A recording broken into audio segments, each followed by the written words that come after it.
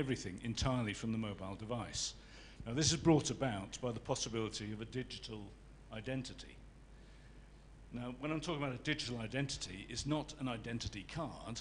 An identity card as such with a number is just a database record. This is the capacity to execute a transaction by electronic means with absolute security and absolute confidence. So when I have the misfortune every year to sign my tax document, I do it electronically. It's a very unfortunate experience, I can assure you. And one of the interesting features of Norway, and in fact the whole of Scandinavia, is that the black economy is tiny. Everything goes through official channels. So the capacity of the state to collect taxation in order to be able to operate the state's business of developing society is very, very strong, extremely powerful. There is very, very little evasion in society. Now, this is essentially brought about by some key... So could you go back to the previous one, just 1 second? I realize we have to be very quick, but let's see. So, we have got integrated solutions for identity into all aspects of society, all connections with the state, all connections through mobile technology or any forms of technology is underpinned by this key technology. Now, what we're looking to do is achieve a similar situation inside of Smart Africa.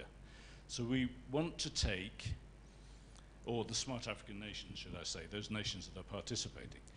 So we have the support of the Norwegian government, who see this as an opportunity to export the greatest success of generating a stable Norwegian society and see if we can adopt it into other countries. Now, Rwanda is our chosen lighthouse project because Rwanda actually has many characteristics that is actually very similar to the Nordics. It is quite clear underneath the leadership of the government that you have here, Smart Africa and other such organizations, that you have a degree of collaboration that would make it quite possible for us to replicate what we've achieved in the Nordics in 3 years, we imagine. Something that took us 25 years in the Nordics, we should be able to replicate here in 3. Now, in terms of the civil society and the capacity to operate a city and efficiency, the cost of transactions is a key defining factor. To give you a sense of this, in Norway, the cost of a transaction is 1/3 of the cost of a transaction in Germany. And I'm actually from the UK, and I'm embarrassed to say that if you try and execute a transaction in the UK, it's extremely expensive. You are robbed blind by the banks. So if you go to the next one. So what we've actually achieved and what we want to replicate inside of Rwanda and Smart Africa is we have a situation where this is, the blue circles is a European average. The red is our current state in the most advanced digital economy. So we've achieved 1.5% of cash in circulation. Everything else is electronic. The average in Europe is 8.6. If you look at e-government, we have 94% use of e-government. And I can certainly say I never meet the government. They meet my telephone a lot, all the time. E-commerce, 62% are using e-commerce. Ease of doing business.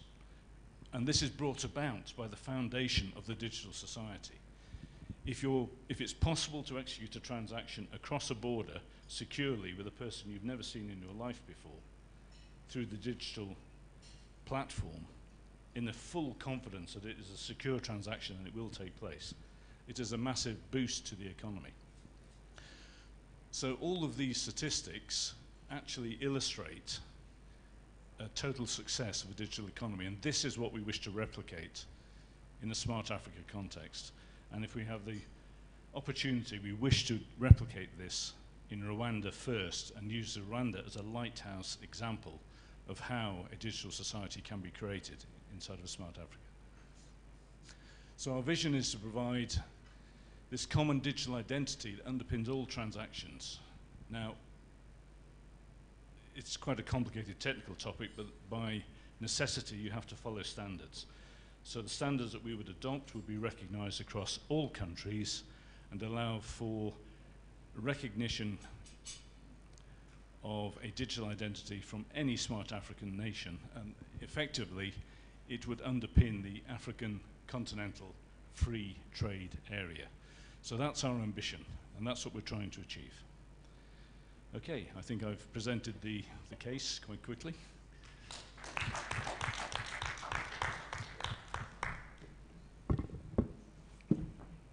Okay, thank you very much. Thank you so much. What Norway did in 25 years, indeed, we can do in 3 years. Another round of applause. That is called Leapfrog, and we welcome you on board Smart Africa, and we look forward to working with you. Ladies and gentlemen, I'd like to bring this to a very, very nice close.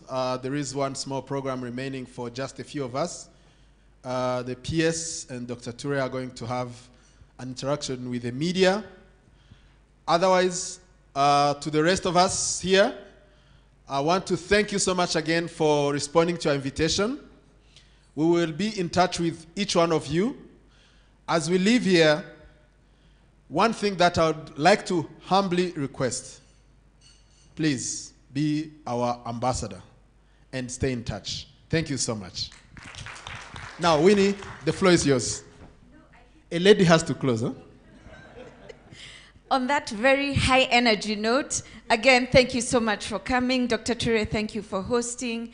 PS, thank you so much for gracing us. Dr. All of us, thank you so much for honoring our request, for coming and for staying, and for the great impromptu participation. You've been awesome partners. So we hope to interact with you in the coming days. We will be calling you, we'll be reaching out on email, and we'll take it up from there. Here's to a wonderful TAS 2019. Thank you. There's still food, there's still coffee, so you don't have to leave right now.